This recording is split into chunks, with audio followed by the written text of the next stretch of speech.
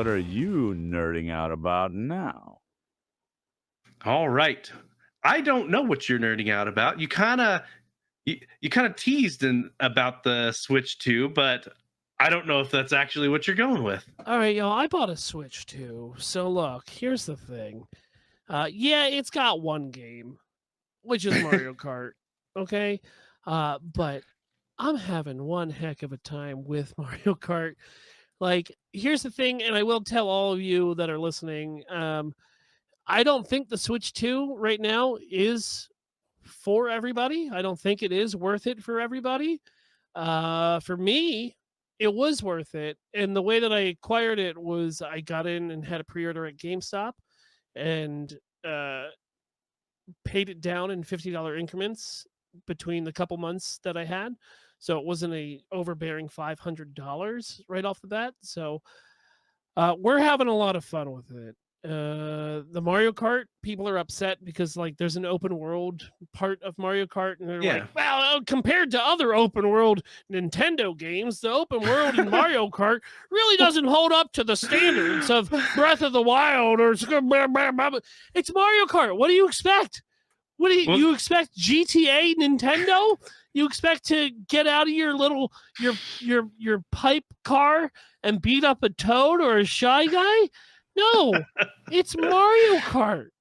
Um, we're having a great time with it. Like it looks beautiful on the television. It's really sleek inside your hands. The reason I got a Switch 2 is because I was rolling off of a Switch 1. My Switch 1 I bought day one on launch day, right? It's a little bit slower. The fans are loud. It sometimes shuts off because it gets overheated. And so I said, you know what? I could have bought like an OLED or a newer model, but I said, we're just going to wait. Like if a Switch Pro comes out, I've already put 7 years into this machine. We've had our fun off of it, but it is not for everybody, right? If you have an OLED Switch or you're not playing your Switch or you're only playing certain games, if you're playing handheld mostly versus docked, I don't think it's time for you to, I mean, you can't, but I don't think it is time for you to upgrade yet. The great thing about Mario Kart is that for the Switch, Mario Kart 8 Deluxe was the top selling game, right? And it always was being supported. So there was always people playing it no matter what. So you don't have to worry about like dead servers. And I think the same is going to happen with the Mario Kart World Tour. Like it's a lot of fun playing knockout mode where, only the top 12 continue, only the top 10, only the top 4, right? And it's a continuous race. It's not stopping. It is 24 people, so it does get chaotic. Um, I can only imagine. and the rubber banding can get pretty severe, but there's a huge learning curve on it. The casuals are going to have fun, but for the hardcore racers, there are certain races and lines and finding out the best way to shave seconds off your time. It's pretty intense. They also added GameCube games to it, which I thought the kid wouldn't have any fun with because he doesn't really care about older consoles like I do. But he logged into it and he was like, "What's this? So what's this Soul Calibur? There's a link. Why is Link in this? What is this?" And I was like, "Oh, buddy, yeah, you want to play some Soul Calibur too? We could do it." And he's like, "Yeah, what is it?" And I was like, "It's like a fighting game." And he's like, "Okay, like Smash Brothers?" And it's like, "Not even close. All right, grab your controller, let's go." And Not so even close. me and him played Soul Calibur 2 for about an hour and a half. And it was just like reckoning back to those like late high school, early college days of just sitting down with one game and just playing it with your buddy. So we're having a heck of a time with it. But I do recommend it. I'm having fun with it. I don't feel like it was, not worth the money for me. But I don't speak for everybody, right? And maybe wait a year until there's more games like the Donkey Kong, what is it, Bonanzas or whatever it's called, is coming Yeah, out in that they July. announced. Didn't care about it. I thought it was stupid. The Direct flipped my opinion 100% on it, and it looks really incredible now because they're doing weird gameplay that you haven't seen in other kind of platformers. So we're bananas deep in the Switch too, and I'm happy about it. Sometimes when I buy bigger purchases like this, I kind of have that like post-purchase regret, and I haven't really had it yet. And I'm excited. Nice. I'm excited about the new Pokemon ZA that's coming out later on this year, and I'm excited what other things they come out with Switch 2. So Now, have you gone back to any of the older games that they revamped? yeah, we have. We've been playing a lot of Odyssey, which is running a lot quicker.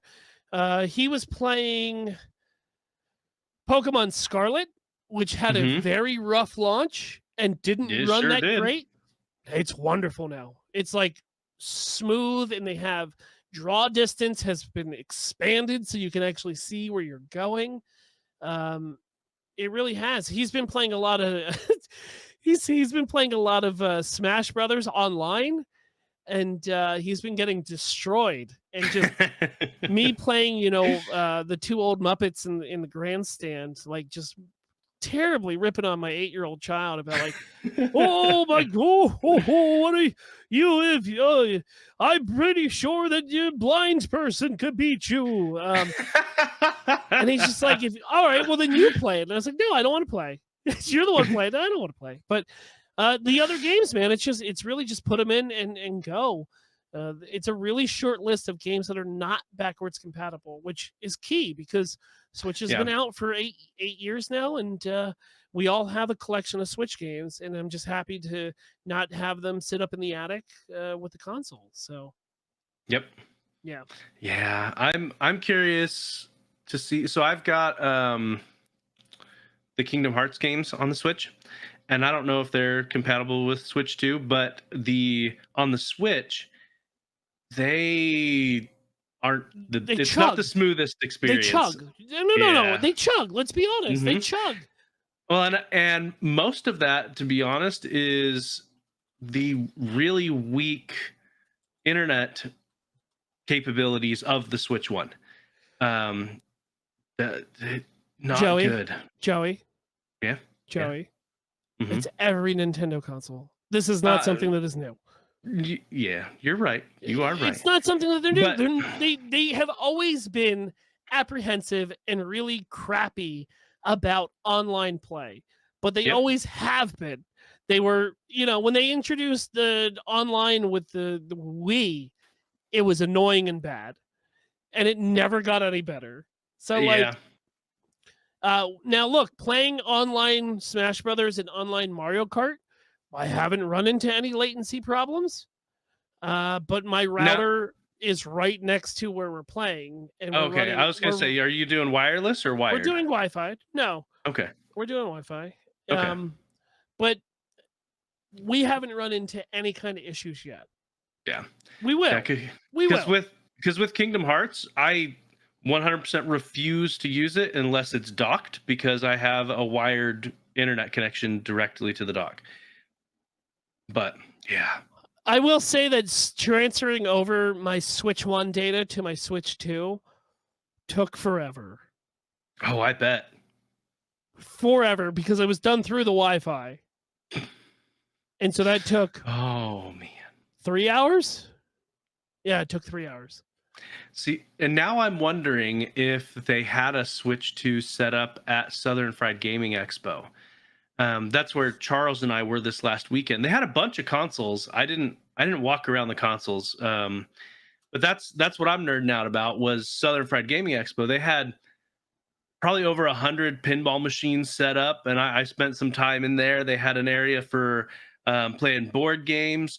They do have panels there, but they're kind of more of an afterthought for Southern Fried Gaming. They're trying to do more panels.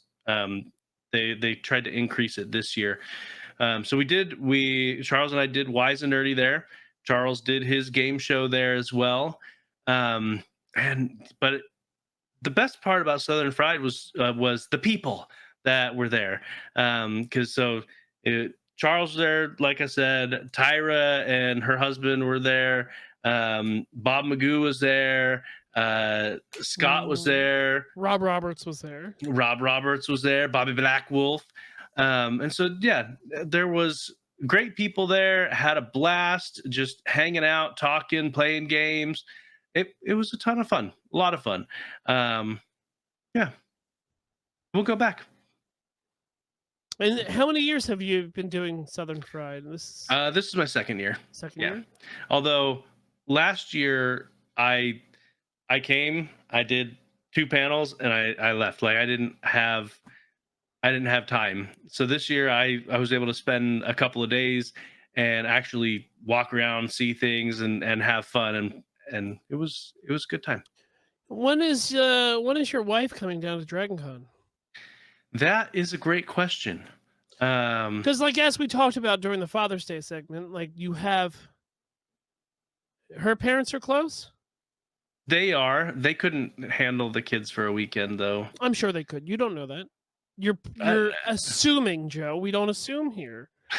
And the only way to really have definitive answer to that question is to at least try it once. That's true. That's true. That's true. So, but also there's a kids track at DragonCon, so bring the whole family and just leave them there at the That's kids right. Leave them there, and then come back at 3 a.m. after botched and pick them up. And pick up the feral children. Yeah. You want them to get out of the homeschool stigma. Bring your kid. Oh, that is definitely one way to. They need to meet Uncle Philip. Trust me. John, scientific experiment. I have a hypothesis. Oh, yeah. We shall see. DragonCon is a different beast. Taking him to one of the smaller cons, I think will be where we need to start with that, because DragonCon, yeah, it's a very, it can be a very intense experience. So here's what you do: dress him up as the 3-headed dog from Harry Potter, Fluffy, right? and have a leash. And have a leash. And then you can dress up as Hagrid. Bam! What more do you need? There we go. Joey. I'm an ideas man, Joe. Joey, I'm an ideas man. I'm just pitching solution. Out. Yeah. And I could be Hagrid one day. I could be Hercules another day. It writes itself, Joe.